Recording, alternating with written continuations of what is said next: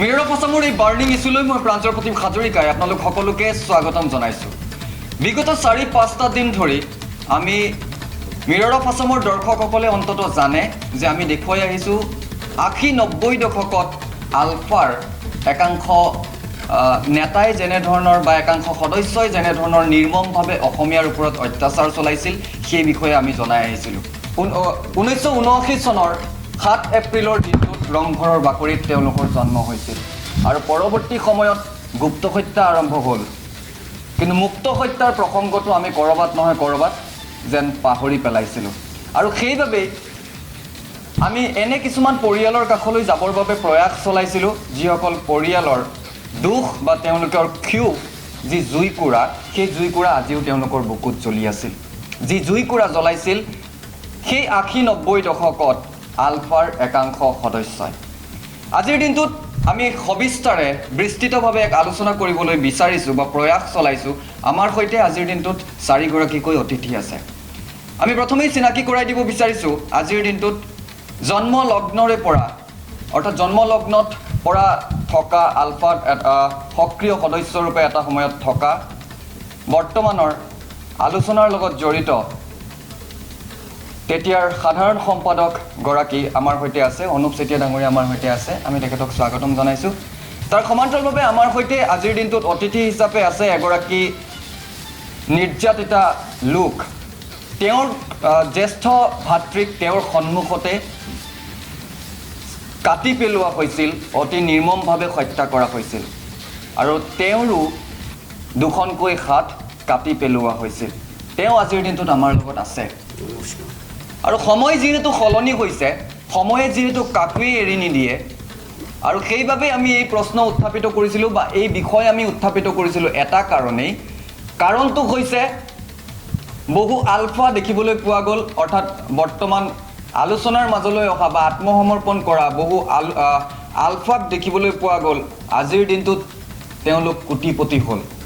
কিন্তু আলফাই অত্যাচাৰ চলোৱা এনে বহু পৰিয়াল আছে বা আলফাৰো এনে বহু পৰিয়াল আছে যিবোৰৰ নিৰ্মম হত্যা বা নিৰ্মম অত্যাচাৰৰ প্ৰসংগ আজিৰ দিনটোততো ক'ৰবাত নহয় ক'ৰবাত এলাগি হৈ ৰৈছে। আৰু সেইবাবেই আমি দুগৰাকীকৈ ইউথ ভইচ হিচাপে দুগৰাকীকৈ ছাত্ৰী আমাৰ মাজত আছে। আমি তেওঁলোককো চিনাকি কৰাই দিব বিচাৰিছোঁ। লিজা বৰুৱা আৰু কস্তুৰী চুতীয়া আমাৰ সৈতে আছে। দুয়োগৰাকীৰ ভইচ আমি ল'বৰ বাবে আজিৰ দিনটোত প্ৰয়াস চলাম। কিন্তু প্ৰথমেই মই আহিছোঁ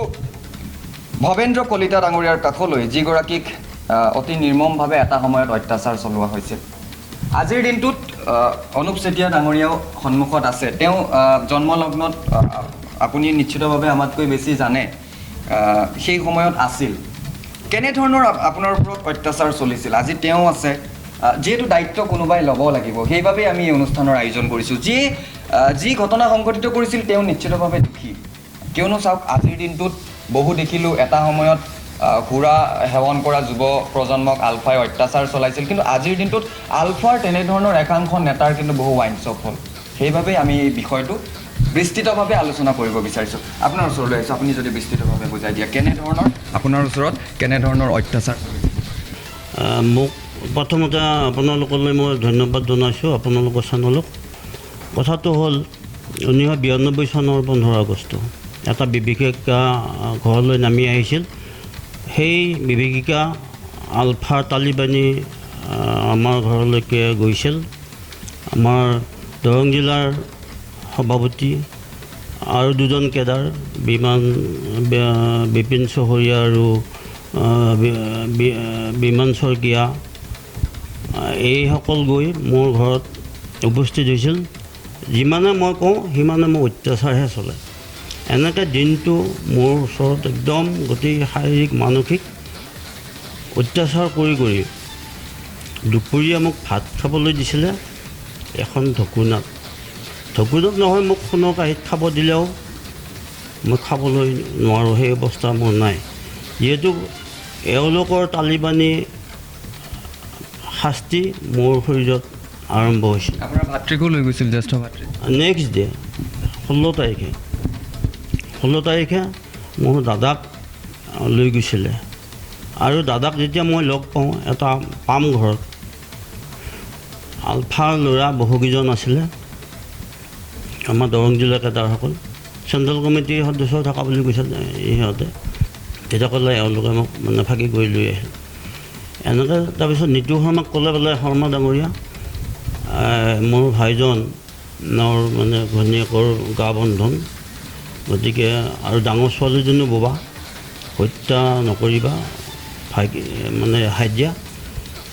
কিন্তু মানে সি নিতু শৰ্মাই কি কৰিলে আকৌ মানে 2 লাখি মানে দাদাক দিলে মোৰ সতীৰ্থ বন্ধু দুজন আছিলে নৱ বৰুৱা যোগেন ডেকা এনেকৈ এই গোটেইকেইজনকে আমাক মানে শৰীৰত গৰু সঁচা দিলে তাৰপিছত আমাৰ হাতবিলাক বান্ধিলে হৈছিলে বান্ধি মোৰ দাদা স্বৰ্গীয় যাদৱ কলিতাক মানে চোতাললৈকে উলিয়াই নি বিলেতেৰে জিভাখন কাটিলে মই নিজে চকুৰে দেখি আছিলোঁ আৰু মোক নিয়াৰ পৰা মানে ঘটনালৈকে মোক কোনো ধৰণৰ চকুত কাপোৰ বন্ধা নাছিল যিহেতু মোক ফাঁকি কৰি নি পেলাই মোক হত্যাই কৰিব এইটো হয়তো চকুত কাপোৰ বন্ধা নাছিলে তেতিয়া ডাঙৰীয়া কি ক'ব গোটেই বিষয় সন্দৰ্ভত আচলতে অতি মৰ্মাহত ভুল সকলোৰে থাকিব পাৰে কিন্তু এনে মই দুখিত কাৰণ সেইটো সময়ত মই ইন ডিটেইলছ মই নাজানো যদিও যিহেতু দলৰ সাধাৰণ সম্পাদক হিচাপে মই সেই দুখৰ পৰা মুক্ত বুলি মই নহয় সেই দুখ মই স্বীকাৰ কৰিবই লাগিব দলৰ সাধাৰণ সম্পাদক আছিলোঁ তেতিয়াহ'লে দলে যেতিয়া দুখ কৰিছে সেই দুখটোৰ বা অংশীদাৰ ময়ো হ'ম তাত মই কাৰোবাক দুখিবলৈ নাযাওঁ কিন্তু কথাটো হ'লগৈ কি তেখেতে 1992 চনৰ কথা কৈছে সেইটো 92 চনত কিন্তু দলটো আমাৰ পুনৰ সংগঠিত ৰূপত আছিল কাৰণ 1991 চনৰ 18 নৱেম্বৰ তাৰিখে মই গ্ৰেপ্তাৰ হৈছিলোঁ গ্ৰেপ্তাৰ হোৱাৰ পিছত মই 1992 চনৰ জানুৱাৰী মাহত কাৰাগাৰৰ পৰা মুকলি হৈছিলোঁ আলোচনাৰ প্ৰক্ৰিয়া এটা চলিছিল আলোচনা প্ৰক্ৰিয়া এটা চলিছিল আৰু সেই আলোচনা প্ৰক্ৰিয়াটো যেতিয়া দেখিলোঁ যে আমি আলোচনা প্ৰক্ৰিয়াৰ পৰা বৰ বিশেষ এটা লাভৱান হ'ব নোৱাৰিম সেইটো কাৰণে তাৰ পৰা আঁতৰি গ'লোঁ এইটো হ'লগৈ কি 1992 চনৰ জানুৱাৰী মাহৰ মাঘ বিহুৰ সময়ত তাৰপিছতেই আমি আলোচনালৈ যাম নে নেযাম এইবিলাক বিষয় লৈ পেলাই সেইটো সময়ত আমি বিভিন্ন সময়ত মিটিং পাতিছিলোঁ তাৰপিছতে ধৰক জানুৱাৰী ফেব্ৰুৱাৰী মাৰ্চ এই সময়ত আমি আমাৰ অধিৱেশনত লৈ আমি ব্যস্ত আছিলোঁ তাৰপিছতেই 7 এপ্ৰিল প্ৰতিষ্ঠা দিৱসটো আমি সেই বছৰ ধুবুৰীত আয়োজন কৰিছিলোঁ ধুবুৰীত আয়োজন কৰাৰ পিছতে আমি বাংলাদেশলৈ গুচি গ'লোঁ 1992 চনৰ 7 এপ্ৰিলৰ পিছতে মানে 7 এপ্ৰিলৰ 8 কি 9 তাৰিখে আমি এইফালে দি ধুবুৰীৰ মানে হালাকুৰ অঞ্চলত প্ৰতিষ্ঠা দিৱস পাতি পেলাই তাৰ পৰা বাংলাদেশলৈ গুচি গ'লোঁ সেইটো সময়ত আমি বাংলাদেশতেই 92-93 চনলৈকে আছিলোঁ গতিকে 92 চনত তেনেকুৱা কোনো এটা পৰিৱেশ নাছিল যে মানে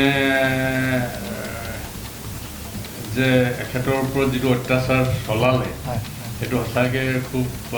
মানে নিৰ্মমভাৱে কৰিছে তাৰ কাৰণে আমি তেখেতৰ ওচৰত ক্ষমাপ্ৰাৰ্থী ধৰক অসমত যিবিলাক ধৰি লওক সামাজিক কাম কাজ হোৱাৰ পিছতেই ধৰক এই ৰাস্তাত যে আঁঠু কৰোৱা মদ খোৱা লৈ পেলাই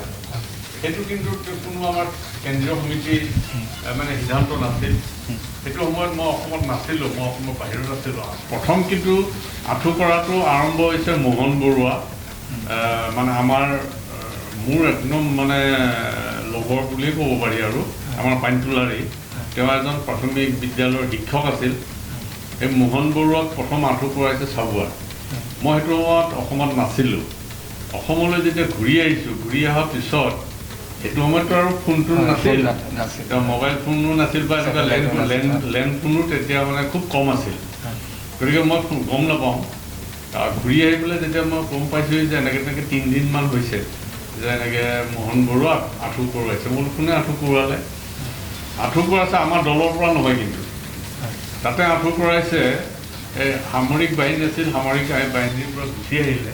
আমাৰ ভাৰতৰ কি ৰজাবাৰী গাঁও, এই ৰজাবাৰী গাঁও আমাৰ ল'ৰাটোৰ নাম আমি তাত নাম থকা চিপাহী বুলিয়ে কৈছিলোঁ। সেই চিপাহীয়ে সিয়েই গৈ পেলাই তাৰ পৰা কিবা এটা পইচা লৈ পেলাই সেই মোহন বৰুৱাই তাৰ কোনোবা এজনক চাকৰি কৰাম ভৰ্তি কৰোৱাম বুলি কৈ পইচা অলপ লৈছিলে। সেইটো আক্ৰোশতেই সি নি পেলাই আঁঠু কৰালে। এতিয়া কথাটো এইটো কিন্তু আঁঠু কৰোৱা যিটো প্ৰক্ৰিয়াটো আৰম্ভ হ'ল, এইটো কিন্তু আমাৰ কেন্দ্ৰীয় কোনো সমিতিৰ কোনো সিদ্ধান্ত নাছিল। সেইদিনা চুকে কণে দিনে তিনিয়ে কৰিবলৈ ল'লে, কিন্তু আমি যিমানখিনি পাৰিছোঁ, কাৰণ সেইটো সময়ততো আমি আঁঠু কৰাৰ 2 দিন বা 3 দিনৰ পিছতহে গম পাইছোঁ। এনেকুৱা এটা মানে ঢৌ এটা উঠি গ'ল। সেই মোহন বৰুৱা প্ৰথম কিন্তু মোহন বৰুৱাকে আঁঠু কৰাইছে, সেই তেনেকুৱা ঢৌ এটা উঠি গ'ল। তাৰপিছতেই যেতিয়া আমি মানে গোটেই সংগঠনৰ পৰিসৰ যেতিয়া বৃদ্ধি হ'ল, প্ৰথম অৱস্থাত কিন্তু সংগঠনটো গোটেই কেন্দ্ৰীয় নেতৃত্বৰ সম্পূৰ্ণ মানে অনুমতি অবিহনে একো কাম কৰিব নোৱাৰে, তেনেকুৱা এটা সিদ্ধান্ত আমাৰ আছিল। যেতিয়া সংগঠনৰ পৰিসৰ বাঢ়ি গ'ল, বাঢ়ি যোৱাৰ লগে লগে আমি জিলা সমিতিসমূহক মানে সিদ্ধান্ত গ্ৰহণ কৰিব পৰা ক্ষমতাটো দিলোঁ। এই কিছুদিন মই মানে কাৰাগাৰৰ পৰা অহাৰ পিছত মই ইয়াতে আপোনাৰ বিৰাজ শৰ্মা, বিৰাজ দা বুলি মই আগৰ পৰা সন্মান কৰোঁ, কাৰণ অসম গণসংগ্ৰাম পৰিষদৰ ময়ো সদস্য আছিলোঁ অসম আন্দোলনৰ সময়ত। তো বিৰাজ শৰ্মাক যে গুলি কৰিছে মই নাজানো। বিৰাজ দা ঢুকোৱাৰ পিছত তেওঁলোকৰ ঘৰলৈ গৈছোঁ, ঘৰলৈ গৈ পেলাই সুধিছোঁ, বোলো হেৰি নহয় কেতিয়াৰ পৰা অসুখ হৈ আছে? বোলে যে যেতিয়া গুলি মাৰিছিলে তেতিয়াৰ পিছৰ পৰাই অসুখ। মোৰ লগত যিজন আছে এইজন মানুহটো নিৰীহ মানুহ, এজনক গুলি কৰিছিলে। মই তেতিয়া একো সোধা নাই আৰু তেতিয়া লগত মোৰ এজনমান আছিল, 2জনমান, তেওঁলোকক সুধিছোঁ, তেওঁলোকক কৈছোঁ বোলো কোনে আমাৰ পৰাই গুলি কৰিছিল, তেতিয়া সেইটো কৈছে যে আমি নাজানো। মোৰ মতে এই কথাটো কোনোবাই তেওঁলোকৰ ঘৰৰ ওচৰে তেওঁলোকক বেয়া পোৱা মানুহ আছে, মানে সেই মানে আমাৰ ল'ৰাবিলাকক প্ৰভাৱিত কৰি পেলাই কাৰোবাৰ লগত ধৰক মাটি বাৰী গণ্ডগোল আছে, কাৰোবাৰ লগত ধৰক পাৰিবাৰিক গণ্ডগোল আছে, এনেকুৱা জেগাতো আমাৰ ল'ৰাবিলাকক মানে প্ৰভাৱিত কৰি পইচা পাতি দি প্ৰভাৱ নকৰে, বিভিন্ন ধৰণৰ কথা চথা কৈ পেলাই প্ৰভাৱিত কৰিও এনেকুৱা কিছুমান মানে হত্যা ধৰক বা এনেকৈ ঘটনাত কৰাইছে। এইটো কিন্তু আমি অস্বীকাৰ নকৰোঁ। বহুত এনেকুৱা বহু উদাহৰণ আছে, বহুত আছে। মই এইখিনিতে আপোনাক এটা দৃশ্যাংশ দেখুৱাই ল'ব বিচাৰিছোঁ। ধৰক এই দৃশ্যাংশটো মই এটা কাৰণেই দেখুৱাব বিচাৰিছোঁ, আপুনি প্ৰথমত চাই লওক, আমাৰ দৰ্শকসকলেও চাই লওক এই দৃশ্যাংশ।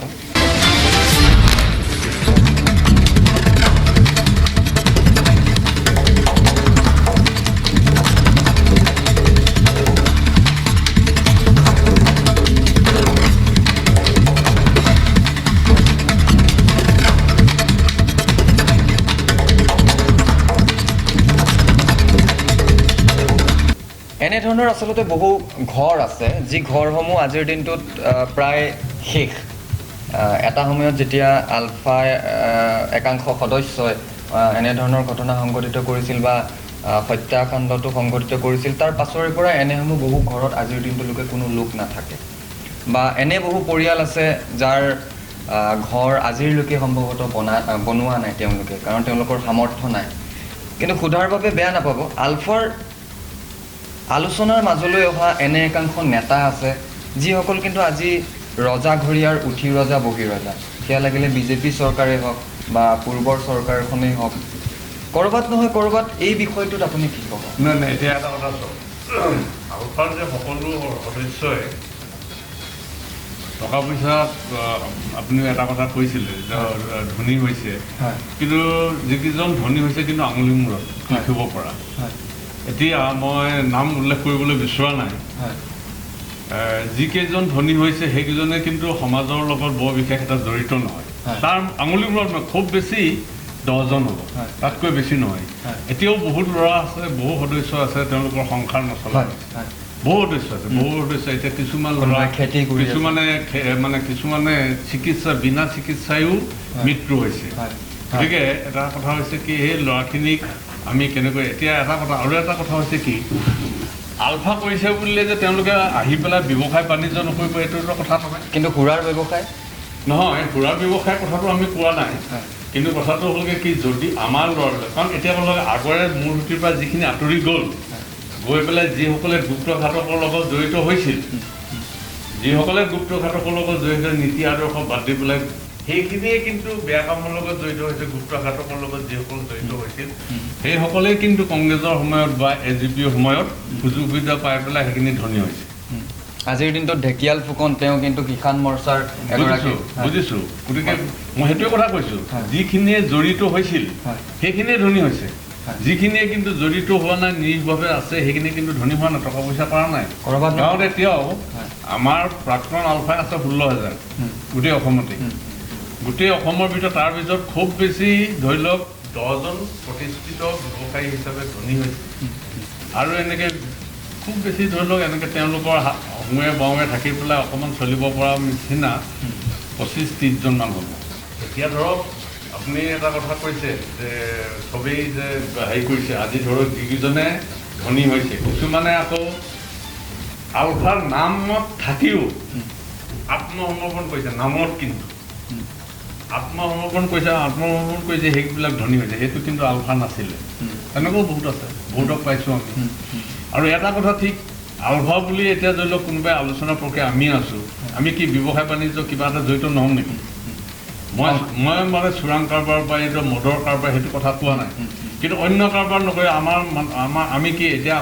আকৌ আগৰ পথলৈ ঘূৰি গৈ আকৌ কি ডকাইতি কৰিম নেকি? নাই, মই সেইবোৰৰ প্ৰসংগলৈ অহা নাই। মই ধৰক যিসকলে এতিয়া ৱাইন শ্বপ যিসকলৰ আছে, তেওঁলোকে এটা সময়ত ধৰক অসমীয়াৰ ওপৰত আক্ৰমণ চলাইছিল সুৰা গ্ৰহণ কৰাৰ কাৰণে। নাই, সেইটো সময়ত তেওঁলোকে কিন্তু মানে মূল সুঁতিৰ পৰা আঁতৰি গৈ পেলাই কি বিপ্লৱৰ পথৰ পৰা আঁতৰি মূল সুঁতিলৈ যাওঁ বুলি কৈ পেলাই তেওঁলোকে কিন্তু মই সেইটো কৈছোঁ চৰকাৰৰ ওচৰত আগে আত্মসমৰ্পণ কৰিলে, আগে গুচি গ'ল, গুচি পেলাই তেওঁলোকে সুৰা কাৰবাৰ কৰিছে বা কি কাৰবাৰ কৰিছে তেওঁলোকে কৰিছে। আচলতে আলফাত আলফাৰ যিখন সংবিধান আছে সেই সংবিধানত এনেধৰণৰ কোনো পইণ্ট নাই নেকি য'ত আলফাৰ যিসকলে নাম বদনাম কৰিছে তেওঁলোকক শাস্তি দিয়াৰ ক'তো হেৰি নাই? বেয়া লাগিলে একালৰ সতীৰ্থই নহওক কিয়। নহয়, এতিয়া এটা কথা হৈছে কি তেনেকুৱা ধৰণৰতো বহুতকে মৰা হৈছে। আমাৰ সংবিধানৰ ভিতৰতো বিচাৰ ব্যৱস্থাটো আছিল, বিচাৰ ব্যৱস্থাটো আমাৰ সংবিধানৰ মাজতো বহুতোকে পানিছমেণ্ট দিয়া হৈছে, কেপিটেল পানিছমেণ্ট দিছে নহয়, বহুতোকে দিছে। আৰু প্ৰাক্তন যিসকলে আত্মসমৰ্পণ কৰিছে তেওঁলোককোতো মাৰিছে, মৰা নাই জানো? গতিকে এতিয়া এসময়ত আমি এটা কথা চিন্তা কৰিলোঁ যে এনেকৈ যদি নিজৰ ভিতৰতে মৰামৰি কৰি থাকোঁ তেতিয়াহ'লেতো মানে এটা প্ৰজন্মই অকল মৰামৰি শাস্তিও নহয় কেতিয়াও নহয়। এতিয়া এটা কথা হৈছে চব যে মৰামৰি যদি মানে অস্ত্ৰ যেতিয়াতো হাতত থাকিব তেতিয়াহ'লে সেইটো কেপিটেল পানিছমেণ্টৰ কথাই আহিব, নহ'লে আপুনি কিভাৱে পানিছমেণ্ট দিব? আৰু কাৰণ এতিয়া অন্যভাৱে পানিছমেণ্ট দিবৰ প্ৰশাসন আছে, প্ৰশাসনে সেই সুযোগটো নিদিব নহয়, দিব জানো? সেইটো কৰিব নোৱাৰে। গতিকে কথাটো হ'লগৈ কি, এটা কথা ঠিক যে অস্ত্ৰ যেতিয়া হাতত থাকিব, কথাটো কৈছে না, অস্ত্ৰ সংগ্ৰাম হ'ব, তাত মানে পক্ষই হওক বিপক্ষই হওক মৃত্যু ঘটিবই। আমাৰ সংবিধানত ক'তো লিখা নাই যে এজন মানুহক 2খন হাত কাটি দিবি, এজন মানুহৰ জিভা কাটি দিবি, কাটি দি পেলাই তেওঁক পানিছমেণ্ট দিবি, এই কথাটো আমাৰ সংবিধানত কেতিয়াও লিখা নাই, ক'তো লিখা নাই আমাৰ। আৰু আমাৰ কেন্দ্ৰীয় সমিতিৰ পৰাও এইটো কথা এনেকুৱাবিলাক কাম কৰিবৰ কাৰণে কাকো অনুমোদনো জনোৱা হোৱা নাই। ধৰক দুগৰাকীকৈ ইউথ ভইচ বা যুৱ কণ্ঠ হিচাপে মই দুগৰাকীকৈ অতিথিক ইতিমধ্যে বহু সময় বহুৱাই ৰাখিছোঁ। মই যদি প্ৰথমেই কস্তুৰী চুতীয়াৰ কাষলৈ যাওঁ, গোটেই বিষয়টো আপোনালোকে ইতিমধ্যে গম পাইছে। আৰু যুৱ কণ্ঠ, আমি যুৱ প্ৰজন্মই সম্ভৱতঃ বহু কথা নাজানো আৰু সেইসমূহ আমি জানিব লাগিব, কিয়নো তাৰ পৰা বহু কথা শিকাৰো প্ৰয়োজন আছে বৰ্তমান সময়ত। আৰু সেইবাবেই আমি এই অনুষ্ঠান আয়োজন কৰিছোঁ বা এনেধৰণৰ প্ৰতিবেদন ধাৰাবাহিকভাৱে বিগত 4-5টা দিন ধৰি আপোনালোকলৈ আগবঢ়াই আহিছোঁ। কস্তুৰী, কি ক'বা গোটেই বিষয়টো সন্দৰ্ভত, বৰ্তমান ইউথ ভইচ হিচাপে কি ক'বা? হয়, আচলতে আজি যথেষ্ট বেয়া লাগিছে কেইবাটাও কথাত। প্ৰথম কথাটো হৈছে আমাৰ মাজত আজি এখেত উপস্থিত আছে, অনুপ চেতিয়া ডাঙৰীয়াও উপস্থিত আছে, কিন্তু এখেতৰ হেৰুৱা হাতখন অনুপ চেতিয়া ডাঙৰীয়াও উভতাই দিব নোৱাৰে, আলফাৰ কোনো এজন সদস্যও উভতাই দিব নোৱাৰে, আপুনি মই কোনেও উভতাই দিব নোৱাৰে। বা তেখেতৰ দৰে যিসমূহ ভুক্তভোগী পৰিয়াল আছিল তেওঁলোকে যিখিনি যাতনা পালে, আপোনজনক যিদৰে হেৰুৱালে, সেই মূল্য আমি কোনো প্ৰকাৰে পৰিশোধ কৰিব নোৱাৰোঁ। এতিয়া কথাটো হৈছে যে আজিৰ তাৰিখত পুৰণা কথাবিলাক আকৌ ওলাইছে। আমি অত্যন্ত সৰু, পিতাৰ মুখত, ককা দেউতাৰ মুখত আমি সেইবোৰ কথা শুনিছিলোঁ। আমি মেগন কছাৰীৰ কথা পঢ়িছিলোঁ, স্বাধীনতা ফুকনৰ কবিতা পঢ়ি আমি আপ্লুত হৈছিলোঁ। কিন্তু আজিৰ তাৰিখত যেতিয়া আমি সেই দিনবিলাকৰ কথা বিশ্লেষণ কৰোঁ বা আজিৰ তাৰিখত যুৱ প্ৰজন্ম হিচাপে আমি কি পালোঁ, কি হেৰুৱালোঁ, সেই কথা যদি বিশ্লেষণ কৰোঁ, তেতিয়া খুবেই বেয়া লাগে যে ক'ৰবাত নহয় ক'ৰবাত আমাৰ হাতত এটা বৃহৎ শূন্য। আজিৰ তাৰিখত আমি এওঁলোকৰ দায়িত্ব কোনে ল'ব বুলি যেতিয়া প্ৰশ্ন কৰোঁ, তেতিয়া কিন্তু এইটো কথাও দাবী কৰিব নোৱাৰোঁ যে এওঁলোকক যিসকল লোকে কষ্ট দিছিল তেওঁলোকৰ চূড়ান্ত শাস্তি হওক। কাৰণ মহাত্মা গান্ধীয়ে কোৱাৰ দৰে এটা কথা মই বিশ্বাস কৰোঁ যে চকু কহাৰ সলনি যদি চকু কাঢ়িবলৈ আৰম্ভ কৰে গোটেই পৃথিৱী অন্ধ হৈ যাব। আৰু মহাত্মা গান্ধীয়ে যিটো কৈছিল যে অহিংসা বৰ শক্তিশালী অস্ত্ৰ, আজি এই মুহূৰ্তত আপুনি এখতলৈ চাওক আৰু সেই বস্তুটো অনুভৱ কৰক, তেখেতৰ কষ্টখিনি অনুভৱ কৰি এবাৰ সেই বস্তুটো বুজক যে আমি একোৱে নাপালোঁ। আজি চাওক, আমি কিছুদিনৰ পূৰ্বে আমি পঢ়ি আছিলোঁ যে 1955 চনমানত অসমত 2,74,455 জন শৰণাৰ্থীক নাগৰিকত্ব দিয়া হ'ল অসমৰ ক্ষেত্ৰত, মানে ভাৰতবৰ্ষৰ নাগৰিকত্ব পালে। 1958 চনমানত 4,47,000 হ'লগৈ সেই সংখ্যা, আৰু 1971 চনত প্ৰায় 23,30,000 হ'লগৈ। তাৰ উপৰি আকৌ অবৈধ অনুপ্ৰৱেশৰ সমস্যা আছে। এই ইমানবিলাক সমস্যাৰ কথা, তাৰোপৰি অসমৰ সামাজিক, অৰ্থনৈতিক, ৰাজনৈতিক, সাংস্কৃতিক সকলো কথা সেই সময়ত সদৌ অসম ছাত্ৰ সন্থাই হওক, আলফাই হওক, কথাবিলাকৰ কথা আলোচনা কৰিছিল, বহু সময়ত তুলি ধৰিবলৈ যত্ন কৰিছিল। কিন্তু তাৰ পাছতো আজিও চাওক একেখিনি কথাই আমি আলোচনা কৰি আছোঁ, আজিও সেই সমস্যাবোৰ সমস্যা হৈ থাকিল। তাৰমানে এটা কথা আমি বুজি পালোঁ যে ক'ৰবাত নহয় ক'ৰবাত খিলঞ্জীয়াই যি পাব লাগিছিল সাংবিধানিক, আইনগত আৰু প্ৰশাসনিক সুৰক্ষা কৱচ, যি নিৰাপত্তা, সেয়া আমি নাপালোঁ। সেইটো প্ৰথম কথা। আৰু দ্বিতীয় কথা আছে অসমীয়া সংস্কৃতি, ভাষা, ঐতিহ্য আৰু অসমৰ যিসমূহ সম্পদ, তাৰ যিটো সুৰক্ষাৰ কথা সদায় কল্পনা কৰা হৈছিল, সেয়া সম্ভৱ হৈ নুঠিল। গতিকে ক'ৰবাত নহয় ক'ৰবাত এই গোটেই সংগ্ৰামখন, যদিও মোৰ অন্তৰৰ পৰা শ্ৰদ্ধা আছে সেই আৱেগৰ প্ৰতি, কিন্তু কাৰ্যপন্থাৰ দ্বাৰা এই সংগ্ৰামখন ক'ৰবাত নহয় ক'ৰবাত বিফল হ'ল, সেই কথা আজি আমি স্বীকাৰ কৰিব লাগিব। আৰু এটা কথাত মোৰ যথেষ্ট দুখ লাগিছে, অনুপ চেতিয়া ডাঙৰীয়াই এটা গুৰুত্বপূৰ্ণ কথা কৈছে যে আমি উভতি যাব নোৱাৰোঁ সেই দিনবোৰলৈ। আজি আমি কিবা ব্যৱসায় বাণিজ্য হওক, কাম হওক, খেতি বাতি হওক, এইবোৰ কৰিয়ে আজি আমি খাব লাগিব। আমি উভতি যাব নোৱাৰোঁ সেই দিনবোৰলৈ, আৰু ডকাইতৰ দৰে জীৱন যাপন কৰিব নোৱাৰোঁ। এই ডকাইত বোলা শব্দটো তেখেতে যি মানে ক'লে, সেই কথাষাৰে মোৰ অন্তৰত যথেষ্ট আঘাত দিছে। আচলতে সেইটো হয়তো তেখেতৰ হয়তো ক'ৰবাত নহয় ক'ৰবাত তেখেতেও হয়তো অনুশোচনা কৰে সেই দিনবিলাকক লৈ, যাৰ বাবে তেখেতে তেনেধৰণৰ এটা বক্তব্য ৰাখিব পাৰিছে যে ক'ৰবাত নহয় ক'ৰবাত হয়তো সেই দিশ ভুল আছিলে। আৰু এটা কথাই আপোনালোকে ইমানখিনি কথা, পুৰণা কথাবিলাক যেতিয়া আপোনালোকে আলোচনা কৰিছে, মই ধন্যবাদ জনাইছোঁ মিৰৰ আছামক এই কাৰণে, কাৰণ আমাৰ যুৱ প্ৰজন্মই আচলতে অনুধাৱন কৰা উচিত আজিৰ তাৰিখত কি শুদ্ধ কি ভুল, আমি কি ভুল কৰিলোঁ আৰু কি ভুল আমি পুনৰাবৃত্তি নকৰিম। কাৰণ যদি আমি ইতিহাসৰ পৰা নিশিকোঁ তেনেহ'লে একেখিনি ভুল কৰিম, আমাৰ কোনোদিনেই সেই সঠিক পথৰ আমি উন্মেষণ কৰিব নোৱাৰিম। আৰু অনুৰোধ কৰিছোঁ যে এতিয়া যি হ'ল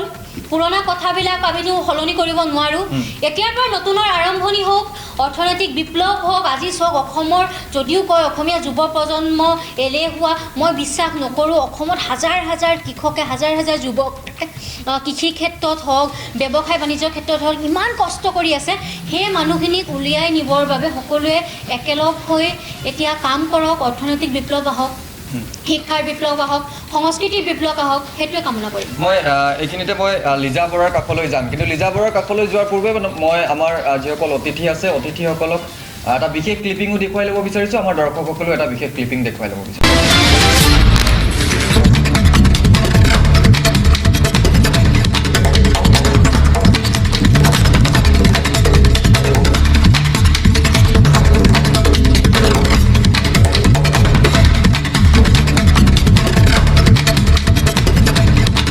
ইচ্ছা প্ৰকাশ কৰিলে যি ইচ্ছা কৰা তাকে হয়, আৰু বহুতক পঙু কৰিলে, বহুতক হত্যা কৰিলে, আৰু তাৰ মাজতে পঙু কৰা এজন ময়ো আছিলোঁ। মোক এই ঘৰৰ পৰা ৰাতি লৈ গৈছে, লৈ গৈ যিখন মানুহত সোমাই ৰাখি মানে প্ৰথম সোমালে সেই মানুহজন সেই সময়ত গাঁওবুঢ়া আছিলোঁ, কিন্তু মোৰ চকু বান্ধি থোৱা আছে। মই চকু বান্ধি থোৱা যদিও মই সকলোখিনি ধৰিব পাৰিছোঁ। তেওঁ গাঁওবুঢ়া আছিল। গাঁওবুঢ়াক তেওঁলোকে কাবু কৰি ৰাখিছে, প্ৰথম দুটা আহি মোক দাড়ি মানে খুব দীঘল আছিলে দাড়িখিনি কাটি দিছে তাৰপাছত এডাল বেট আনি পেলাই মাৰিছে 41 মাৰিছে মোক ঢেকীয়ালো অকণমান সহযোগ হৈছে ঢেকীয়ালৰ কথা ক'লতে তাৰমানে মোৰ মানে এই কথাটো অলপ চিন্তা লাগে কিয় চিন্তা লাগে কওকচোন ভয় চয় হয় নেকি ভয় মানে তেতিয়াতে সঁচাকৈ সেই দৃশ্যবোৰ দেখিলেতো ভয় লাগিবই ঢেকীয়ালো অকণমান সহযোগ হৈছে ঢেকীয়ালৰ কথা ক'লতে তাৰমানে মোৰ মানে এই কথাটো অলপ চিন্তা লাগে কিয় চিন্তা লাগে কওকচোন ভয় চয় হয় নেকি ভয় মানে তেতিয়াতে সঁচাকৈ সেই দৃশ্যবোৰ দেখিলেতো ভয় লাগিবই লিজা প্ৰকৃততে এই দৃশ্যাংশ তিনিটা আপুনি দেখিলে আৰু এই যি তিনিটা ক্লিপ বিশেষকৈ এই তিনিওটা ক্লিপত যি তিনিগৰাকী ভুক্তভোগী পৰিয়ালৰ সাক্ষাৎকাৰ আপুনি শুনিছে সেই সাক্ষাৎকাৰটোত কৈছে এগৰাকী আছিল আছু কৰ্মী বা তেতিয়াৰ ছাত্ৰ নেতা এগৰাকী আছিল দেশ স্বাধীন কৰা এগৰাকী মুক্তিযুঁজাৰু আৰু আন এগৰাকী আছিল তেওঁৰ স্বামীক তেওঁৰ সন্মুখতে অপহৰণ কৰি এটা সময়ত তেওঁৰ মৃতদেহ গতাই দিয়া হৈছে কিন্তু মোৰ প্ৰশ্ন কেৱল আমি আলফাৰ প্ৰসংগত আলোচনা কৰিলেও নহ'ব ছাত্ৰ সন্থাৰ এগৰাকী ছাত্ৰ নেতা আছিল সেই ছাত্ৰ সন্থাৰ ছাত্ৰ নেতাগৰাকীক আছুই বা সদৌ অসম ছাত্ৰ সন্থাই শ্বহীদো ঘোষণা কৰিছিল কিন্তু পৰিয়ালৰ বা ভুক্তভোগীসকলৰ সাক্ষাৎকাৰ যে তেওঁলোকৰ আজি পৰ্যন্ত খবৰ লোৱা নাই একেই কথা যিগৰাকী ঢেকীয়াল ফুকনৰ প্ৰসংগ উত্থাপিত হৈছে সেইগৰাকী ঢেকীয়াল ফুকন শংকৰ সংঘৰ এগৰাকী বৰ্তমান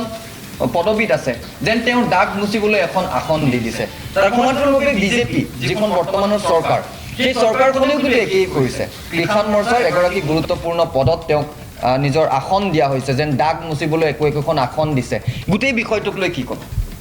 হয় খুবেই গুৰুত্বপূৰ্ণ এটা বিষয় যদিও এই বিষয়টো উত্থাপন হোৱা অলপ দেৰি হৈছে তথাপিও আমি এইটো বিষয় অপ্ৰাসংগিক বুলি ক'ব নোৱাৰোঁ যিটো সময়ত আলফা চৰ্চিত আছিল যিটো সময়ত অসমীয়া মানুহে অসমৰ ৰাইজে আলফা বুলি ক'লে বুকু কপি গৈছিল সেই সময়টোক অসমে এৰি থৈ এতিয়া এটা নতুন আৰ্থ-সামাজিক দিশলৈ গতি কৰিছে অসমৰ ৰাজনৈতিক দিশটোৰ পথ এতিয়া সম্পূৰ্ণৰূপে পৰিৱৰ্তন হৈ গৈছে কিন্তু এষাৰ কথা আছে অতীতক নাযাবা পাহৰি গতিকে আমি আমাৰ অতীতটোক পাহৰিব নোৱাৰোঁ এটা কথা যদি আমি চাওঁ আলফাৰ এতিয়া অপ্ৰিয় হ'লেও এইটো সত্য কথা আলফাৰ এতিয়া বিশেষ অস্তিত্ব নাই আলফাই যিকোনো বিষয়ক লৈ ফোন যোগে বা বিভিন্ন মাধ্যমৰ যোগে সংবাদ মাধ্যমক বা জনসাধাৰণক দাবী সকিয়নি দিয়াৰ বাহিৰে আলফাই এতিয়া বিশেষ কিবা কাম কৰি আছে বুলি সেয়া চকুত পৰা নাই কিন্তু আলফাৰ লোকসকলে তেওঁলোক আগুৱাই আহিল কিন্তু আমি আলফাৰ অত্যাচাৰ যিখিনি লোকে ভুগিছে সেই লোকসকলে কিন্তু এতিয়াও সেই যন্ত্ৰণাখিনি পাহৰিব পৰা নাই বা তেওঁলোকে দৈনন্দিন জীৱনত গোটেই সেই যন্ত্ৰণাখিনি এতিয়াও ভোগ কৰিবলগীয়া হৈ আছে আমাৰ মাজত থকা উপস্থিত থকা নিৰ্যাতিত কলিতা ডাঙৰীয়া যিজন মানুহে ৩২ বছৰ বয়সতে নিজৰ হাতখন হেৰুৱাইছিল এতিয়া অনুপ চেতিয়া ডাঙৰীয়া তেওঁ আলোচনাৰ পন্থালৈ আহিল তেওঁৰ জীৱনটো এটা বেলেগ এটা দিশলৈ গতি কৰিলে বা কিছু পৰিমাণে সুস্থিৰ হ'ল কিন্তু সেই ভুক্তভোগীজনৰ জীৱনটো এতিয়াও সুস্থিৰ হোৱা নাই যিজনে বিনা দুখত এইখিনি শাস্তি ভোগ কৰিলে গতিকে আমি আমি অসমৰ স্বাৰ্থত আছোঁ আমি অসমীয়া মানুহৰ কথাখিনি আলোচনা কৰিব লাগিব গতিকে এই কথাখিনি এতিয়াও অপ্ৰাসংগিক বুলি ক'ব নোখোজোঁ যদিও অসমৰ এবোৰী সমস্যা আছে এতিয়া নিৰ্যাতিত লোকৰ ক্ষেত্ৰলৈ আহোঁ যিহেতু অনুপ চেতিয়া ডাঙৰীয়াই দুখ স্বীকাৰ কৰিছে তেওঁ সম্পূৰ্ণ চিধা চিধিকৈ দুখ স্বীকাৰ নকৰিলেও আওপকীয়াকৈ কথাখিনি কৈছে এটা কথা প্ৰশ্ন উত্থাপন হয় যে আলফাৰ মাজত তেওঁলোকে কাৰ্যপন্থা সেইটো সময়ত কিমান দূৰ সফল হ'ল সেইটো পিছৰ কথা কিন্তু তেওঁলোকে দলীয় সাংগঠনিক দিশটোৰ ক্ষেত্ৰতো তেওঁলোক বিফল নেকি এনেকুৱা প্ৰশ্ন উঠে যে দলীয় সংঘাতৰ বাবে যিহেতু তেওঁ কৈছে কেন্দ্ৰীয় সমিতি জড়িত নাছিল তাৰমানে কি কেন্দ্ৰীয় সমিতি জড়িত নথকাকৈ বহুত কাম হৈছিল মানে দলটোৱে যদি কণ্ট্ৰল কৰিব নোৱাৰে তেন্তে নিজৰ স্বাধীন অসম কেনেধৰণে কণ্ট্ৰল কৰিব মই এটা কথা কৈছিলোঁ যে জিলা সমিতিসমূহক আমি ক্ষমতাটো দিছিলোঁ মই যে জিলা সমিতিসমূহক আৰম্ভণিতে আমি কিছুমান কাম কৰিবৰ কাৰণে তেওঁলোকক ক্ষমতাটো দিয়া হৈছিল কাৰণ গোটেই অসমখনক সেইটো সময়ত যিহেতু সামৰিক বাহিনী চাৰিওফালে আছে আমি গোটেইখিনি কণ্ট্ৰল কৰাটো সম্ভৱ নহয় যোগাযোগ ব্যৱস্থাটো ইমান সুচল নহয় গতিকে আমি কৈছিলোঁ জিলা সমিতিসমূহে সেইটো সিদ্ধান্ত গ্ৰহণ কৰাৰ এটা ক্ষমতাটো দিছিলোঁ আৰু সেই ক্ষমতাটোৰ তেওঁলোকে অপব্যৱহাৰ কৰাৰ পিছতহে তেতিয়া আমি দেখিছোঁ যে এইটো অপব্যৱহাৰ হৈ গৈছে বিচাৰৰ নামত তেওঁলোকে মানে অবিচাৰ কৰিছে এটা পক্ষক সমৰ্থন সন্তুষ্ট কৰিবলৈ গৈ অন্যটো পক্ষক মানে বৃদ্ধাশ্ৰমৰ শত্ৰুতা পক্ষত লৈ গৈছে গতিকে সেইটো কাৰণেই আমি জিলা সমিতিসমূহৰ ক্ষমতাটো কৰ্তন কৰি পিছত আমি কেন্দ্ৰীয় সমিতিলৈ মানে কেন্দ্ৰীকৰণ কৰিছোঁ বিকেন্দ্ৰীকৰণৰ পৰা কেন্দ্ৰীকৰণ সেইবোৰৰ বাবে পিছত আপোনালোকে কেম্পো বনাবলগীয়া হৈছিলে সেইটো কাৰণেই আমি তাৰপিছতে অসমত থকাৰ বাদ দি আমি সেইটো সময়ত অসমত থকা বাদ দি যেতিয়া দেখিলোঁ যে নহয় অসমত থাকিলে গোটেই ল'ৰাবিলাকৰ আমাৰ সদস্যসকলৰ বৈপ্লৱিক চৰিত্ৰটো যেতিয়া ধ্বংস হৈ গৈছে নষ্ট হৈ গৈছে জনগণৰ মাজত থাকি পেলাই সেইটো কাৰণেই আমি পিছত মানে ভূটানত কেম্প কৰিছোঁ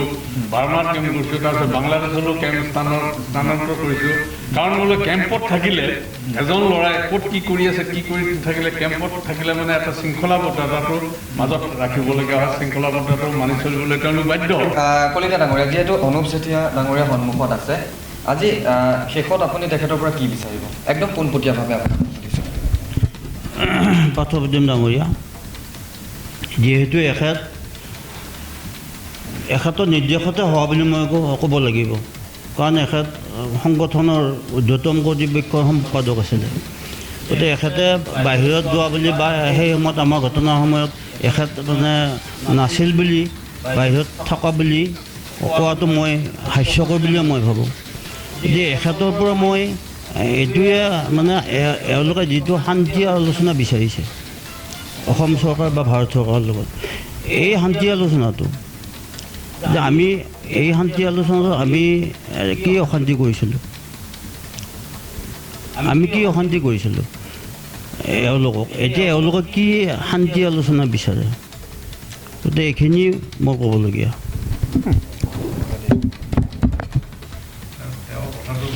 আৰু এটা কথা আছে এইখিনিতে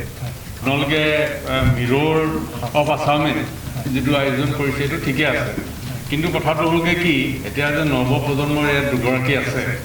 কথাটো হ'লগৈ কি আলফাই অস্ত্ৰ হাতত কিয় তুলি ল'বলগীয়া হৈছিল সেই পৰিৱেশটো যদি তেওঁলোকে নাজানে ঠিক আছে আজি আচ্ছা এতিয়া এটা কথা হ'লগৈ কি আলফাই কি পৰিস্থিতিত পৰি পেলাই আজি অস্ত্ৰ হাতত তুলি ল'বলগীয়া হৈছিল সেই কথাখিনিও যদি আহিলেহেঁতেন তেতিয়াহ'লে ভাল হ'ব তাৰপিছত 2 নম্বৰ কথাটো হ'লগৈ কি আজি ধৰক আমিতো অসম আন্দোলন কৰিছিলোঁ মই 1980 চনতেই 79 চনত আন্দোলন হৈছোঁ 80 চনৰ মই মানে জানুৱাৰী মাহতেই মই কাৰাগাৰত সোমাইছিলোঁ আন্দোলনৰ কাৰণে এতিয়া সেই সময়ত অসম আন্দোলনৰ কিন্তু কোনো নেতাই কাৰাগাৰত সোমোৱা নাছিল খুব কেইজনমানে সোমোৱাইছিল তাৰ ভিতৰতেই মোক মানে ডিব্ৰুগড় জিলাৰ কাৰাগাৰত মই প্ৰায় সেই সময়ত প্ৰায় 28 দিনমান মই কাৰাগাৰত আছিলোঁ বা যি কি নহওক গতিকে সেই অৱস্থাৰ পৰা আমি কিয় অস্ত্ৰ হাতত তুলিবলগীয়া হ'ল তাৰ সেই কাৰণটো আজি নৱপ্ৰজন্মই জনা উচিত কাৰণ কথাটো হ'লগৈ কি অসম আন্দোলনত আমিতো অংশগ্ৰহণ কৰিছিলোঁ ওতঃপ্ৰোতভাৱে কৰিছিলোঁ আৰু এটা কথা হ'লগৈ কি আমি কেতিয়াও যে জাতীয়তাবাদৰ নামত জাতিটোৰ নামত কেতিয়াও কলংক কৰোঁ বুলি আমি বিচৰা নাছিলোঁ বা আমি দেশখনক জাতিটোক ভাল পাওঁ কাৰণেই আমি যেতিয়া দেখিছিলোঁ যে গণতান্ত্ৰিক আন্দোলনৰ প্ৰতি ভাৰত চৰকাৰৰ কোনো গুৰুত্ব নাই বা মূল্য তেওঁলোকে দিব নিবিচাৰে মানে যেতিয়া দেখিলোঁ যে আমি মানে সেই সময়ত আপোনাৰ তাৰ মানে আলফা সৃষ্টি যিটো হ'ল সেই সময়ত কিন্তু উজনি অসমত মানে ভাৰতীয় মূলৰ মানুহৰ যিটো প্ৰভুত্ববাদ সেই প্ৰভুত্ববাদৰ ফলতেই আমি কিন্তু বেলেগ ধৰণে চিন্তা কৰিবলৈ বাধ্য হৈছিলোঁ আৰু অসম আন্দোলনক যেতিয়া দেখিলোঁ যে ভাৰত চৰকাৰে গণতান্ত্ৰিক আন্দোলনত একো গুৰুত্ব দিয়া নাই সেইটো নিদিয়াৰ কাৰণে আমি দেখিছিলোঁ যে ইয়াৰ অল্টাৰনেট হ'লগৈ কি অস্ত্ৰ হাতত তুলি ল'ব লাগিব তাৰ বাবে কোনো গত্যন্তৰ নাই কাৰণ ভাৰত চৰকাৰক অস্ত্ৰৰ জৰিয়তেই বাধ্য কৰিবলৈ তেতিয়া এই পৰিৱেশ নাছিল বা যি কি নহওক এই গোটেই কথাখিনিৰ কাৰণে কাৰণ মানে যিটো পৰিৱেশ উজনি অসমত আছিল যে আজি ধৰক তিনিচুকীয়াতে বা হওক মই তিনিচুকীয়াতে আমি ডাঙৰ দীঘল হোৱা গতিকে তাত বিহাৰীৰ যিটো প্ৰভুত্ববাদ আছিল সেই প্ৰভুত্ববাদে আমাক কিন্তু বেছিকৈ মানে এই পথত আহিবলৈ বেছি অনুপ্ৰাণিত কৰিছিল আজিতো বহুত ঠাণ্ডা হ'ল গতিকে সেই পৰিৱেশ আজিকালি নৱপ্ৰজন্ম এওঁলোকেতো নাজানে গতিকে সেই কথাখিনি আজি ইয়াত আলোচনাটো হোৱাৰ প্ৰয়োজন আছিল বা তাৰপিছতে আমাৰ যিখন অসম আন্দোলনৰ সময়ত গণতান্ত্ৰিক আন্দোলনৰ সময়তে কিমান হ'ল 755জন শ্বহীদ হোৱা নাই 755জন শ্বহীদ হ'ল গণতান্ত্ৰিক আন্দোলনতে হয় নহয় গতিকে সেইটো কাৰণে আমি দেখিছোঁ যে গণতান্ত্ৰিকভাৱে মানে কোনো পন্থা মানে গ্ৰহণ কৰিব পৰা নাই তিয়াকি যিটো আন্দোলন হ'ল এই নিৰ্বাচন বয়কট হৈছিল সেই বয়কট অসমৰ মানুহে কোনো অসমীয়া মানুহে ভোট দিয়া নাছিল 2-4টা কংগ্ৰেছীৰ বাদে অসমীয়া মানুহে কিন্তু ভোট বয়কট কৰিছিল তাৰপিছতো কিন্তু এতিয়া চৰকাৰে চৰকাৰ বনালে হয় নহয় গতিকে এই পৰিৱেশত পৰিয়েই আমি চিন্তা কৰিছোঁ যে নহয় ইয়াতে সশস্ত্ৰ সংগ্ৰামৰ বাদে তাৰ বাদে অসমীয়া জাতিক ৰক্ষা কৰিব আচ্ছা তাৰপিছতে আৰু এটা কথা মানে আপোনালোকে যিটো আয়োজন কৰিছে ইয়াতে আমাৰ কিন্তু মানে এই ভাৰতীয় সেনা বাহিনীয়ে হওক ৰাষ্ট্ৰীয় বাহিনীৰ হাতত কিন্তু নিৰীহ মানুহো মানে হেৰি হৈছে এই মানে বলি হ'বলগীয়া হৈছে হয় নহয় হত্যাৰ বলি হ'বলগীয়া হৈছে বা নিৰীহ মানুহৰ ওপৰত নিৰ্যাতন কৰিছে বহুতভাৱে অত্যাচাৰ কৰিছে সেই চিত্ৰখনো কিন্তু আপোনালোকে ক্লিপিং আনি পেলাই সেইবিলাক উত্থাপন কৰা হ'লে ভাল আছিল তেতিয়াহ'লে দুয়োপক্ষৰ পৰা নিৰপেক্ষ এটা হ'ল কথাটোকে কি আজি আলফাক অকল জগৰীয়া মানে এটা কথা কিয় বাধ্য হ'ল কি পৰিস্থিতিত আজি গৈছিলে আজি অসমতে চব আজি কা আন্দোলনৰ 5জন নিৰীহ লোকক মৰা নাই ন গুলি কৰি মাৰি পেলালে গুৱাহাটী চহৰতে একদম নিৰীহ মানুহ গতিকে আজি অসমত মানে গণতান্ত্ৰিক আন্দোলনৰ প্ৰতি ৰাষ্ট্ৰৰ পক্ষে কিমান গুৰুত্ব দিছে এই কথাটো চিন্তা কৰিব লাগিব আৰু ইয়াৰ ফলতেই এনেকুৱা এটা পৰিৱেশ সৃষ্টি হোৱাৰ কাৰণে সেইটো সময়ত আলফা স্বাধীনৰ প্ৰতি বহুত ল'ৰা গুচি গৈছে এতিয়াও কা আন্দোলনৰ সময়ত বহুত ল'ৰা গৈছে এই কা আন্দোলনৰ সময়তে কৈছোঁ কা আন্দোলনৰ সময়ত বহুত গৈছোঁ কাৰণ এই পৰিৱেশটো সৃষ্টি কৰিছে ৰাষ্ট্ৰৰ পক্ষে মই শেষত আপোনাক আৰু এটা কথা সুধিব বিচাৰিছোঁ ক'ৰবাত নহয় ক'ৰবাত আমাৰ অসমীয়াৰ মাজতে যিটো বিভাজন হৈছে আজি অসমীয়াৰ বহুকেইটা সংগঠন হ'ল আজি গোধাখণ্ডত ক্ষমা কৰিব আজি শংকৰদেৱ 12 ভূঞা বংশৰ শংকৰদেৱ নগাঁৱত আহি জন্মগ্ৰহণ কৰিছিল আজি জ্যোতিপ্ৰসাদ আগৰৱালা অনা অসমীয়া এগৰাকী হৈও তেওঁ জ্যোতি সংগীতৰ জনক বুলি তেওঁক আমি সকলোৱে শ্ৰদ্ধা কৰোঁ কিন্তু সেইখন অসমত আজি কলিতা জনগোষ্ঠী বেলেগ আজি বহুকেইটা সংগঠন এইবোৰত কিয় আচলতে স্বাধীন অসম বিচৰা সংগঠনে কিয় মাত নামাতে নহয় চব এইটো এটা কথা হ'লগৈ কি এইটো পৰিৱেশটো সৃষ্টি কৰিছে ৰাষ্ট্ৰৰ পক্ষে আলফা যেতিয়া শক্তিশালী অৱস্থানত আছিল তেতিয়াই বিভিন্ন জনগোষ্ঠীয় সংগঠনৰ মাজত বিভাজন আনিবৰ কাৰণে তেওঁলোকে যাতে সমৰ্থন মানে আলফাৰ প্ৰতি সমৰ্থন নকৰে এই জনগোষ্ঠীয় সংগঠনবিলাকক নি মাতি আনি এইটো সময়ত এই কি স্বায়ত্ত শাসন নহয় ঠিক এই অট'নমাছ কাউন্সিলৰ নিচিনা নামত কিছুমান দি থৈছিলে এইবিলাক হ'লগে কি বিভাজনবাদী মানসিকতা তেওঁলোকে যাতে আলফাৰ প্ৰতি কোনো আকৰ্ষিত নহয় কোনো সদস্য নাযায় এই এটা কৌশল তেওঁলোকে এই বিভাজনবাদী যিটো মানসিকতা আমাৰ মাজত বিভিন্ন জনগোষ্ঠীয় যিটো চিন্তাধাৰা এটা সোমোৱাই দিছে এইটো কিন্তু ৰাষ্ট্ৰৰ প্ৰধান ভূমিকা প্ৰভাৱ আজিলৈকে পৰি আছে ভৱিষ্যতলৈ পৰিব আজি অসমীয়া বুলি ক'বলৈ নাই চব মানে পুৰুষ কলিতা বামুণ বা এনেকুৱা এইবিলাক বিভাগ হৈ পৰিছে গতিকে কথাটোলৈকে অসমীয়া বুলি আমি কওঁ আজি এই বিভাজন কিন্তু ৰাষ্ট্ৰপক্ষই সৃষ্টি কৰিছে এই আলফাক দুৰ্বল কৰিবৰ কাৰণে সেইটো সময় সৃষ্টি কৰিছে আৰু এইটো কথা আজি জাতিটোতো একেবাৰে বিভাজিত হৈ পৰিছে আমি এনেকুৱা এটা অৱস্থা এটা হৈ পৰিছে যে প্ৰত্যেকেই লিডাৰ আজিকালি কোনোবাই 70 দল কোনোবাই 30 দল কোনোবাই 100 দল তেওঁলোকৰ লগত আছে বুলি ভাবিকে আজিকালি 5-10জন লগ হৈ এটা সংগঠন হৈছে গতিকে এইবিলাক দেখি পেলাই এতিয়া দেখিছোঁ যে জাতিটোৰ কাৰণে মুখতে কয় আজিকালি ৰাজনীতিটো আমিতো দেখিছিলোঁ আমি যেতিয়া ৰাজনীতি কৰিছিলোঁ সেইটো সময়ত মই কিছুদিন নাছিলোঁ তেতিয়া সেইটো সময়ত কিন্তু আমি একদম নিস্বাৰ্থভাৱে কৈছিলোঁ কোনো স্বাৰ্থ নাছিল আজিকালি কিন্তু ৰাজনীতি হ'লকে স্বাৰ্থবাদী ৰাজনীতি আচলতে প্ৰকৃতাৰ্থত ৰাজনীতি এনেধৰণৰ মাজত সোমাই গৈছে বা এনেকুৱা এটা বিষয় হৈ পৰিছে য'ত নেকি বিশ্ববিদ্যালয় হওক কলেজ হওক সেইসমূহ যিসমূহ নিৰ্বাচন থাকে ছাত্ৰৰ নিৰ্বাচন থাকে তাৰ বেকতো এটা গোট লাগে সেয়া লাগিলে আছু হওক সেয়া লাগিলে SMS হওক সেয়া লাগিলে ABVP হওক সেয়া লাগিলে NSCY হওক সকলো কিন্তু কাৰোবাৰ নহয় কাৰোবাৰ ভাতৃ সংগঠন ব্যক্তিত্বক লৈ হ'ব লাগে নিৰ্বাচন যিয়ে নহওক যুৱকণ্ঠ হিচাপে কি ক'ব হয় আপুনি ক'লে যে ব্যক্তিত্বক লৈ নিৰ্বাচন হ'ব লাগে দল কেন্দ্ৰিক হ'ব নালাগে সেইটো কথা সম্পূৰ্ণৰূপে সমৰ্থন কৰোঁ মই যুৱ প্ৰজন্মৰ প্ৰতিনিধি হিচাপে মই নিজৰ যিখিনি মহাবিদ্যালয়ত আজিকালি নিৰ্বাচন হয় তাতো বৃহৎ অংকৰ টকাৰ লেনদেন হয় সেইটো একেবাৰে বহুত দুৰ্ভাগ্যজনক কথা কাৰণ কোৱা হয় যে আজিৰ যুৱ প্ৰজন্মটো কাইলৈ দেশৰ নাগৰিক দেশৰ ভৱিষ্যতটো সম্পূৰ্ণৰূপে আমাৰ হাতত আছে মানে কলেজৰ পৰা মাইণ্ডছেট চেঞ্জ কৰি দিয়া যেতিয়া আমি মহাবিদ্যালয়ত পঢ়ি থকা অৱস্থাৰে পৰা টকালৈ আমি ৰাজনীতি কৰিবলৈ যাওঁ যেতিয়া আমি এটা দলক প্ৰতিনিধিত্ব কৰোঁ আচলতে দলৰ কথাটো সেই কলেজ মহাবিদ্যালয়সমূহত পঢ়ি থকা অৱস্থাত আহিব নালাগে কাৰণ সেইটো সময়ত এনেকুৱা হয় যে আমি মহাবিদ্যালয়খনৰ হৈ কাম কৰিম গতিকে ব্যক্তিত্বক লৈ হ'ব লাগে আৰু এনেকুৱা অৱস্থাত যিজন ছাত্ৰই বা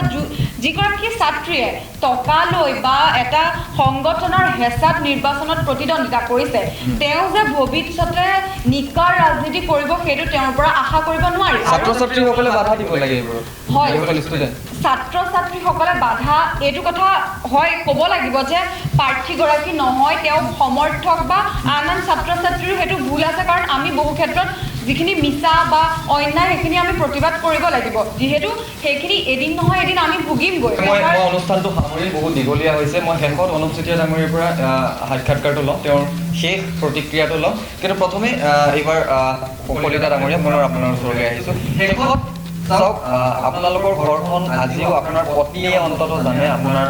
বেদনা বা পত্নীৰ মনত যি জুইকুৰা আজিও জ্বলি আছে সেয়া আন কোনোৱে নাজানে চৰকাৰক কি অনুৰোধ জনাব যিটো শান্তি আলোচনাৰ কাৰণে আলোচনাপন্থীয়ে আগবাঢ়ি আছে এই শান্তি আলোচনা যাতে আমাৰ খুব দৰিদ্ৰকৈ নিৰ্যাতিত ফেমিলিছে সেইটো মোৰ মানে নিৰ্যাতিত পৰিয়াল হিচাপে কিমানমান আছে ধৰক আপোনালোকৰ 3,500মান তেনেধৰণৰ পৰিয়াল আছে অনুৰোধ জনাইছে এইটো বিষয়ে যে আপোনালোকৰ আলোচনাৰ প্ৰসংগত তেওঁলোকৰ নিৰ্যাতিত পৰিয়ালসকলৰ প্ৰসংগটো কিছু আহিব লাগে সেই সন্দৰ্ভত শেষ প্ৰতিক্ৰিয়া ল'ম আৰু অনুষ্ঠানটো নহয় ঠিকে আছে কলিতা ডাঙৰীয়াৰ লগতে অসমৰ ধৰক চুকু এখন আছে বহু ঠাইতে নিৰ্যাতিত হৈছে ৰাষ্ট্ৰপক্ষৰ হাততে হওক বা ব্যক্তিগত পক্ষৰ হাততে হওক গতিকে সকলো পক্ষতেই শ্বহীদ আৰু নিৰ্যাতিতসকলৰ আমাৰ যদি চুক্তি হয় সেইটো থাকিবই যে শ্বহীদ আৰু নিৰ্যাতিত পৰিয়ালসকলক মানে আৰ্থিক সাহায্য দিয়াৰ কথাটো আৰু এইটো গোটেই বিষয়টো নিৰ্ভৰ কৰিব চৰকাৰৰ ওপৰত চৰকাৰে কেনেধৰণে দিয়ে কিন্তু আমাৰ দাবীটো আমাৰ ওচৰত থাকিবই এটা 2 নম্বৰতে ধৰক থাকিব মোকদ্দমাৰ কথাটো যে মোকদ্দমাৰ ক্ষেত্ৰত কি হয় আৰু 3 নম্বৰতে থাকিব আমাৰ সদস্যসকলৰ যিটো পুনৰ সংস্থাপনৰ ক্ষেত্ৰত কাৰণ এতিয়া এটা কথা ঠিক আপোনালোকে বাহিৰৰ সেইটোৱে দেখিছে যে কেইজন মানে অট্টালিকা বনাইছে ইয়াতে মাৰ্কেট বনাইছে সেইকেইজনে কিন্তু নহয় গাঁৱে এতিয়া মানসিকভাৱেও বহু ভাগি পৰিছে বহু চিকিৎসা নোহোৱাকৈ মৰি গৈছে দৰঙৰে কেইদিনমান আগে এজন ল'ৰা ঢুকাইছে মানে তেওঁ কোনো চিকিৎসা কৰিব পৰা নাই গতিকে নগাঁৱৰ সেইদিনা দুজনমান গৈ পেলাই চিকিৎসা কৰিছোগৈ আমি যিমানখিনি পাৰোঁ ভালৰ পৰা সেইবিলাক কৰি মেলি অকণমান সহায় কৰোঁ গতিকে বহু ল'ৰা ছোৱালী আছে বহু ল'ৰা থকা ঘৰ বাৰী নাই এইটো অকল অৱশ্যে আমাৰ ল'ৰাখিনিও যথেষ্টখিনি মানে ক্ষতিগ্ৰস্ত এই কথাটো আমি ক'বই লাগিব কাৰণ কথাটো হ'লগৈ কি এইটো কথা ঠিক যে আমি ৰাষ্ট্ৰপক্ষৰ পৰা যে বিপ্লৱৰ মানে হেৰিয়ত মানে প্ৰতিদান হিচাপে যে আমি কিবা এটা ল'বলৈ বিচাৰিছোঁ সেইটো কথা নহয় কিন্তু কথা আমিওতো মানুহ আমিতো জীয়াই থাকিব লাগিব আমিতো কিবা কিবি কৰিয়ে চলিব লাগিব কাৰণ কথাটো হ'লগৈ কি আমি যদি মানে অসৎ উপায়েৰে বা মানে যিবিলাক সমাজে গ্ৰহণযোগ্য নহয় সমাজত তেনেকুৱাবিলাক ব্যৱসায় নকৰি আমি যদি মানে সৎভাৱে ব্যৱসায় কৰোঁ কাৰণ আমিতো কৰি চলিব লাগিব আমাৰ সংসাৰ আছে সদস্যসকলৰ আছে তেওঁলোকৰ সংস্থাপনৰ ব্যৱস্থা কৰিছোঁ আজি ধৰক আমি গাহৰি ফাৰ্ম বা তেনেকুৱা কিবা কিবি কৰাৰ এটা আমি চিন্তা কৰিছোঁ চৰকাৰকো কৈছোঁ যে আপোনালোকে আমাক জনাই দিয়ক আমাৰ ল'ৰাবিলাকক সংস্থাপনৰ কাৰণে কাৰণ নহ'লে ক'লৈ যাব এই কথাখিনি কৈছোঁ গতিকে এইখন অসমৰ ৰাইজে এটা কথা ক'লে ভুল হ'ব যে তেওঁলোকে মানে আজি আহি পেলাই ব্যৱসায় কৰিছে কিবা কৰিছে এইবিলাক ক'লে মানে ভুল হ'ব কাৰণ কথাটো হ'লকে কি আমাৰ ল'ৰাবিলাকৰো নিজৰ নিজৰ সংসাৰ আছে পৰিয়াল আছে তাৰপিছতে তেওঁলোকৰ পেট আছে গতিকে তেওঁলোকে ব্যৱসায় বাণিজ্য কৰিব লাগিব কিন্তু ব্যৱসায় বাণিজ্য সৎ উপায়েৰে মানে সৎ চিন্তাৰে কৰক আৰু অসমৰ অৰ্থনৈতিক মানে স্বাৱলম্বী আমাৰ কাৰণে তেওঁলোকে যদি সহযোগিতা কৰে তেতিয়াহে অসমখনক আগুৱাই দিব পাৰিম তাকে আমি কামনা কৰিছোঁ